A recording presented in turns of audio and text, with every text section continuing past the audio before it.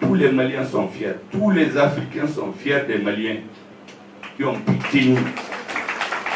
Pourquoi on a tenu?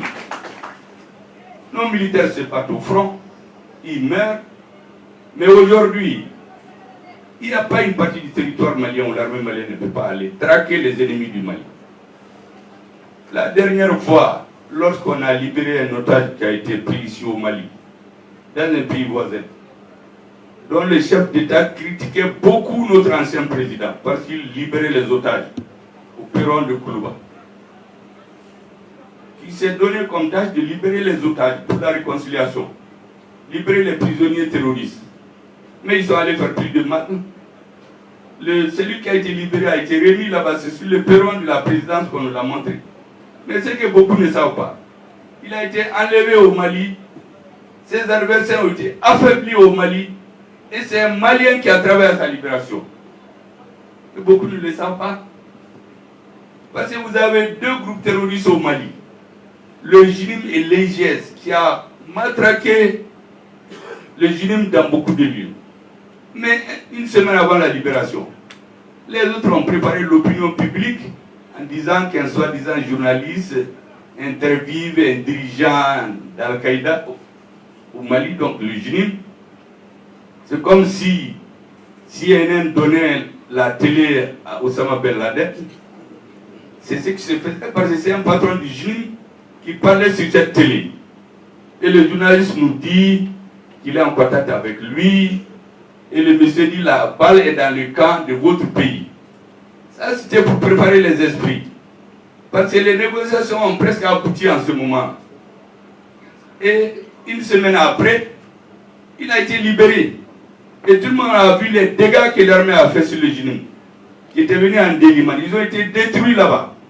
Ceux qui ont fui aller se cacher, les drones les a suivis, aller se regrouper sous un arbre. On les a détruits. Ceux qui restaient sont allés se cacher quelque part.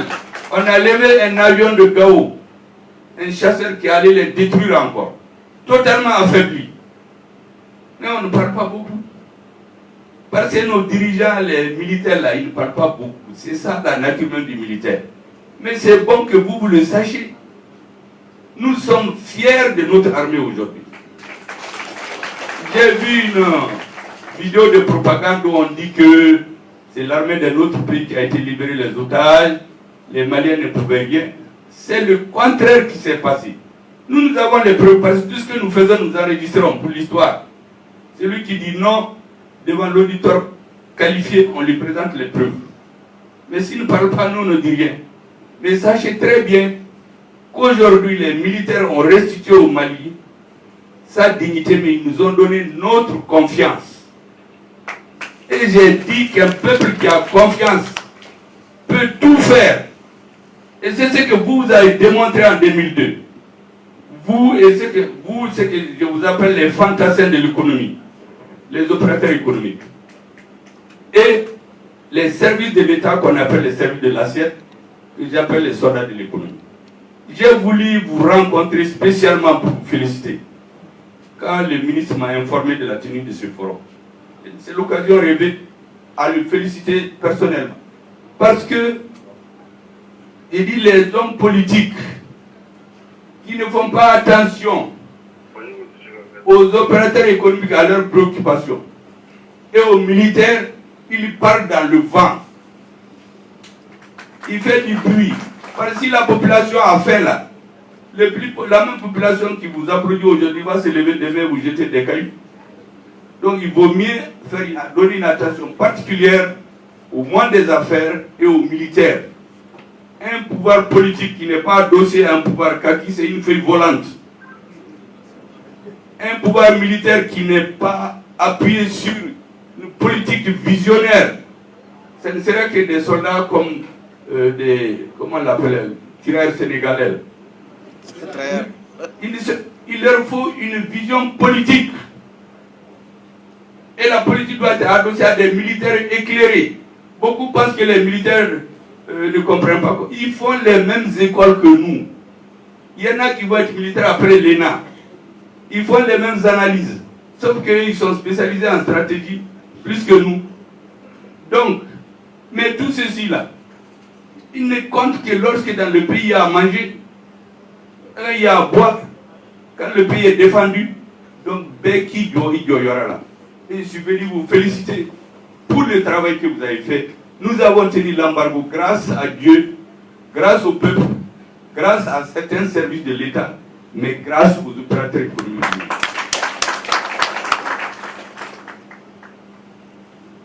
Et récemment, je ne sais pas si vous avez écouté la télévision, moi j'écoutais tous les jours les journaux. J'ai entendu lorsque la grande commission mixte Côte d'Ivoire-Mali s'est réunie. Mais notre frère ivoirien, le directeur adjoint de la coopération internationale, qu'est-ce qu'il a dit? Il a dit, en substance, que les exportations, le commerce avec le Mali a tourné autour de 900 milliards. En 2022, augmentation de près de 45% par rapport à 2021. Est-ce que ça ne vous dit pas quelque chose? 2022, c'est l'année de l'embargo.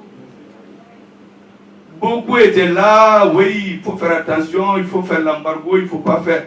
Vous savez, les peuples ne sont pas d'accord avec l'embargo. C'est ce que les peuples ont montré. Mais qui a fait ça? C'est les opérateurs économiques maliens et ivoiriens. On nous a laissé entre nous les politiques en train de régler nos problèmes. Mais ils faisaient leurs affaires. Moi, je parlais au vice-président, au premier ministre, à la brave ministre des Affaires étrangères, qui a fait un accident récemment, il lui souhaite prompt rétablissement. Le président parlait à son homologue ivoirien, mais il y a d'autres qui étaient en train de crier embargo, embargo. Vous avez vu? Les peuples disent non, eux ils veulent faire leurs affaires. Quel Malien aurait pensé qu'en 2022, le commerce entre le Mali et la Côte d'Ivoire a augmenté de 45%? Peu de Maliens allaient croire à ça. Mais c'est un Ivoirien qui est venu le dire chez nous. Donc, moi je prends pour l'argent comptant, on ne l'a pas payé pour le dire.